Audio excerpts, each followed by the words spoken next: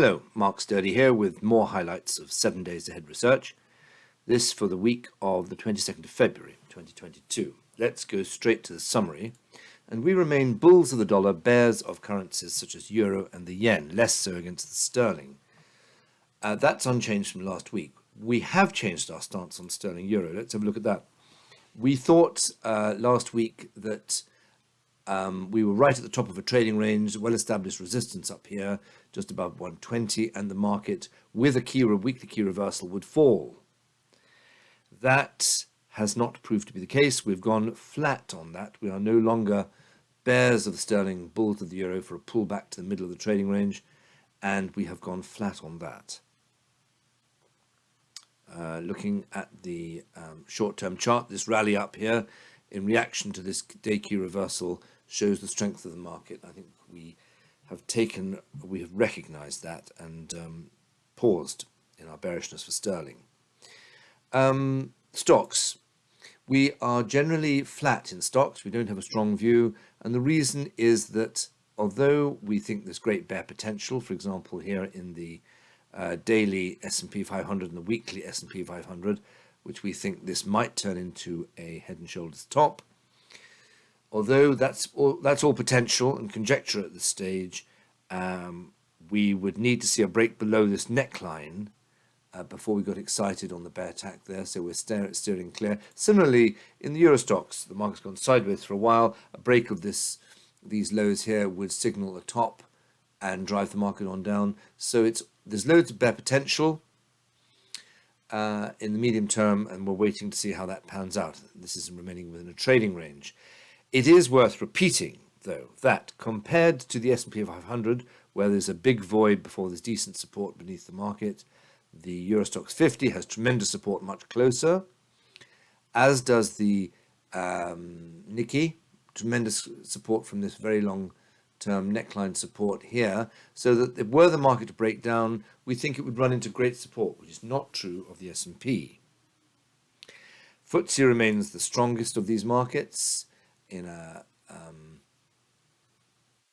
uptrend. Here is the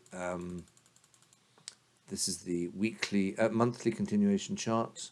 Here's the weekly continuation chart, and this is the March contract, showing good support here.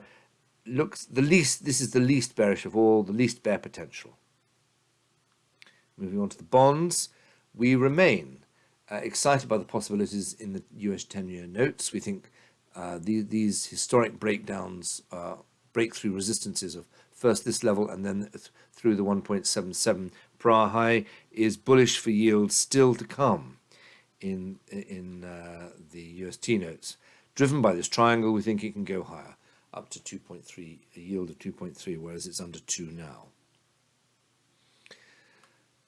Commodities, we were